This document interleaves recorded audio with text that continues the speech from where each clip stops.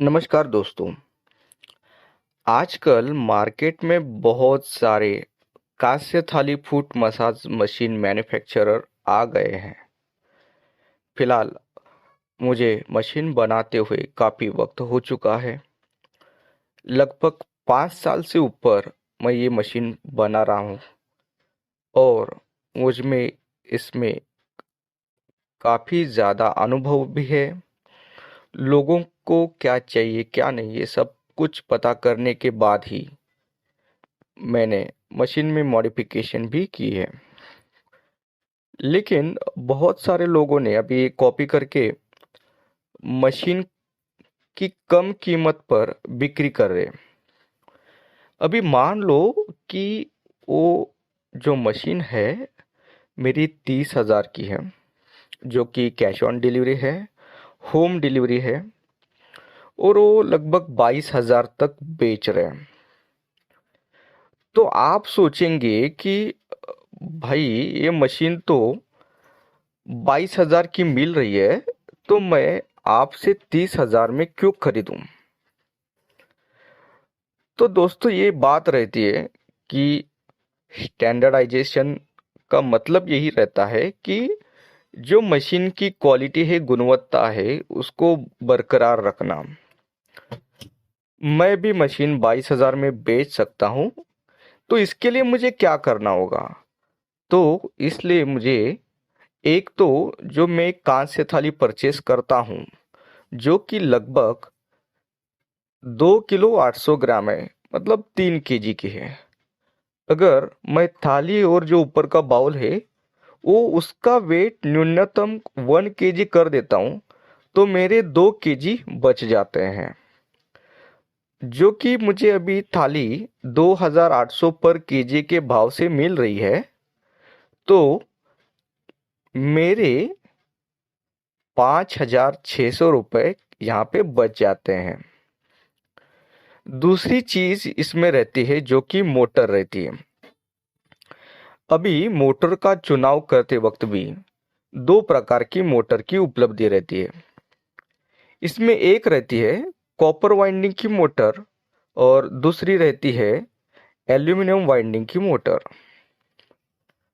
तो ये मशीन तो हमारी 24 घंटे चलनी चाहिए, क्योंकि कस्टमर तो आना ही है।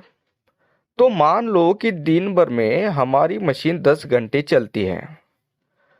तो अगर ये एल्यूमिनियम वाइंडिंग का रहता है मोटर, तो ज़्यादा गर्म होने पर जो एल्यूमिनियम का वाइंडिंग है वो खराब हो जाता है। तो हमें फिर से रीवाइंडिंग करना पड़ता है, जो कि कॉपर के बारे में ऐसा नहीं होता है। जब हम कॉपर की वाइंडिंग इसको करते हैं, जो कि कॉपर का जो मेल्टिंग पॉइंट है बहुत ज़्यादा है, तब ये मोटर लगातार चलने के बाद, गर्म होने के बाद भी कॉपर के वाइंडिंग को कोई भी नुकसान नहीं पहुंचता है।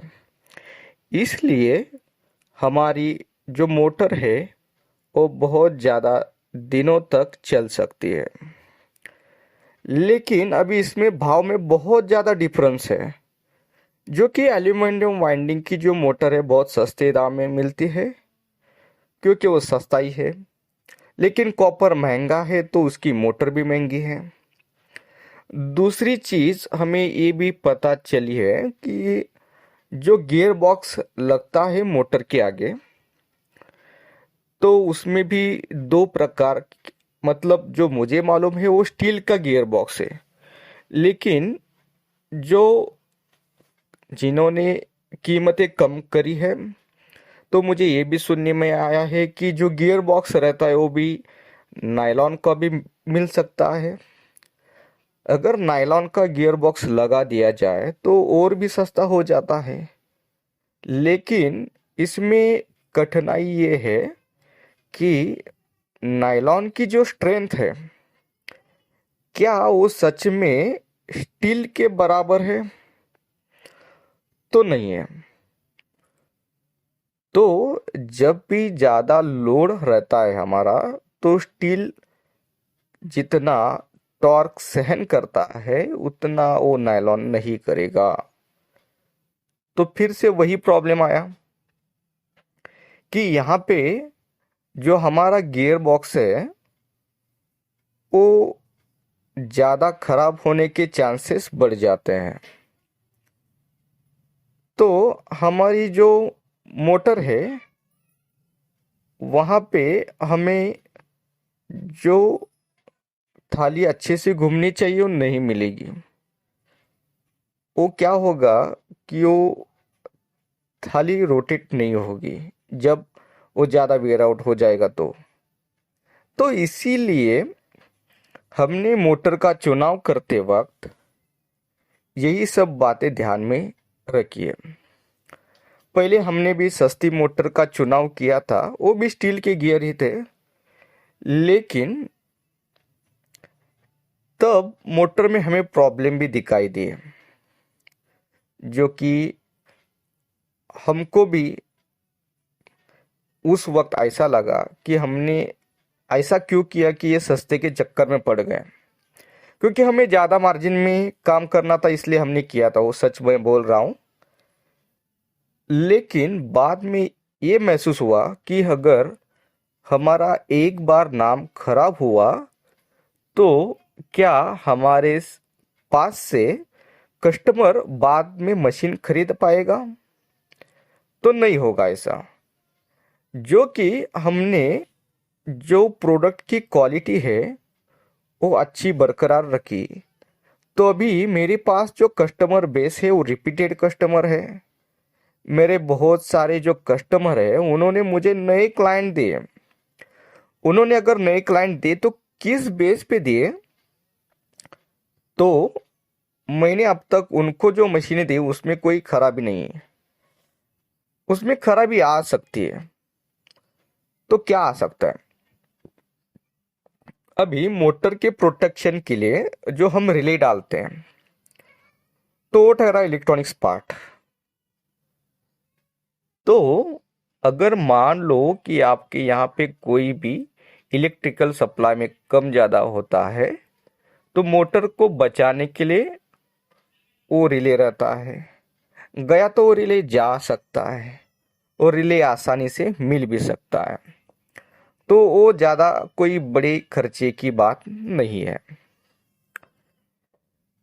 तो सभी इन चीज़ों को अगर गौर से देखा जाए तो सब ये स्टैंडर्डाइजेशन करने के बाद और सब अच्छे पार्ट यूज़ करने के बाद मशीन की जो कीमत है थोड़ी बढ़ जाती है, क्योंकि इसमें जो लगे सभी पार्ट है वो स्टैंडर्ड है। तो मुझे सबको यही कहना है कि ये सब बातें आप भी ध्यान में रखिए कि अगर आपको सब अच्छा चाहिए तो आपको उस कीमत वाला ही मशीन लेना चाहिए। अगर बाजार में जो सस्ता बेच रहा है क्या वो सच में आपको अच्छा वाला मशीन दे रहा है? उसका जो कस्टमर बेस है उससे भी आप एक बार संपर्क कीजिए और पूछिए कि सच में मशीन बहुत अच्छा वर्क कर रहा है, क्या उस पे रिजल्ट अच्छे आ रहे हैं। क्योंकि मशीन बेच दी और उसके बाद आपसे कोई भी कांटेक्ट नहीं रखा, आपने उनको फ़ोन किया मशीन की ये प्रॉब्लम है तो सर्विस के बारे में क्या है। अभी मैं भी किसी को उसके गांव में जाके सर्विस नहीं देता हूँ क्योंकि वो पॉसिबल ही नहीं है, क्योंकि इतना मेरा मार्जिन नहीं रहता कि मैं किसी को होम सर्विस दे सकूं। हम भी जो सर्विस रहती है तो ऑनलाइन सर्विस ही रहती है।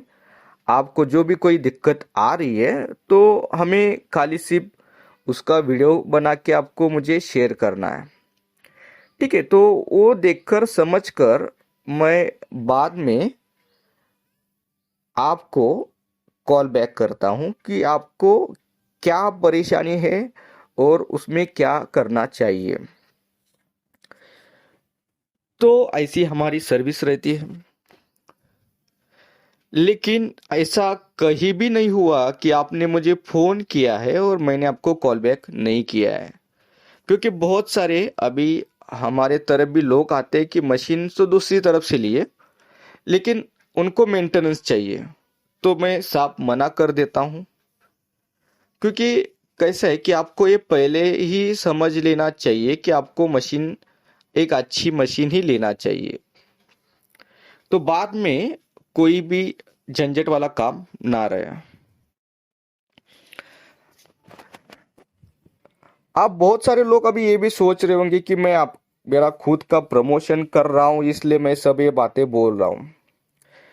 तो मैं आपको एक हमारे मार्केट का ही उदाहरण दे देता हूँ। जो हमारी घर की महिलाएं रहती हैं तो बाजार में जाती हैं, तो बाजार में देखती भिंडी रही, सब्जी रही, तो वो सब जगह पे भाव का देखती है कि इतना भाव है, कम ज्यादा सब कुछ। तो मान लो कि आप वहां पे बैंगन ले रहे हो, तो जो बैंगन बेच रहा है तो आपको एक दो तीन वैरायटी वहां पे रखेगा। थोड़ा डैमेज वाला जो बैंगन रहता है, मतलब उसमें कुछ तो थोड़ा जो कीड़का वगैरह रहता है, वो आपको बोलेगा कि 10 रुपए केजी दूंगा। और जो अच्छा वाला रहेगा वो 10 रुपए 250 ग्राम रहेगा। तो आपको ये सुझाव है, मतलब आपको ये चयन करना है कि आपको क्या लेना है। कि आपको वो जिसमें कीड लगी है वो आपको लेना है, या जो अच्छा वाला है जो 10 रुपए में हमको 10 रुपए में 250 ग्राम मिल रहा है, जिसमें कोई भी दिक्कत नहीं है। हमें सिर्फ उसको काटना है और जो हमारी सब्जी वो बनानी है। अगर हम 10 रुपए केजी वाला बैंगन लेते हैं तो उसमें कितनी प्रोबेबिलिटी है कि सब जो खराब हुआ पार्ट निकाल के वो 250 ग्राम भी बचेगा। इसमें कोई हम प्रोबेबिलिटी नहीं तय कर सकते। तो उसी प्रकार इसका भी है। मैं सिर्फ इस मशीन के बारे में ही नहीं बात कर रहा हूँ। आप बाजार में गैजेट भी अगर खरीदते हो तो एक ब्रांड का रहता है, तो उसका प्राइस अलग रहता है। ठीक है, हम कपड़े भी खरीदते हैं, अगर हम रास्ते का माल सस्ते में जो रहता है वो खरीदेंगे तो उसकी क्या क्वालिटी जो ब्रांडेड कपड़ा रहता है उससे मैच करेगी। रास्ते का माल अगर हम लेंगे तो उसका कलर 2-3 धुलाई में निकल जाएगा, वो डल पड़ जाएगा। लेकिन जो ब्रांडेड रहता है उसकी गारंटी रहती है, वो बोलते हैं कि अगर कलर गए तो पैसा वापस। तो उसी प्रकार सभी मार्केट में वैसा ही रहता है। सबको यहाँ पे माल हो या कुछ भी हो बेचना ही है। लेकिन जो एंड यूजर है उसको सतर्क होना बहुत जरूरी है। मैंने इस बारे में वीडियो पहले भी बनाई है, लेकिन जो कि वीडियोस की इतनी बम्बार्डिंग हो रही है यूट्यूब पे काश से थाली की, तो उनको समझ में नहीं आ रहा है कि हम कौन सा खरीदे कौन सा नहीं खरीदे। तो इसीलिए मैंने ये वीडियो के माध्यम से मैं बोल रहा हूँ। मैं ऐसा नहीं बिल्कुल कह रहा कि जो सस्ते में बेच रहे हो बुरा ही होगा, अच्छा होगा, लेकिन कम केजी वाला भी हो सकता है, कम साइज वाला भी हो सकता है। तो आप अपने हिसाब से देखिए कि आपको कौन सा चयन करना है, आपके हिसाब से कौन सा अच्छा है और आपके लिए कौन सा बेस्ट है। धन्यवाद दोस्तों। मैं आशा करता हूं कि आपको इसके बारे में जो एक भ्रम था वो मन से निकालने में मैं कोशिश जो की है वो एक सक्सेसफुल हो चुका हूँगा ऐसा मुझे लगता है। लेकिन आगे आपकी मर्जी कि आपको कौन सा करना है।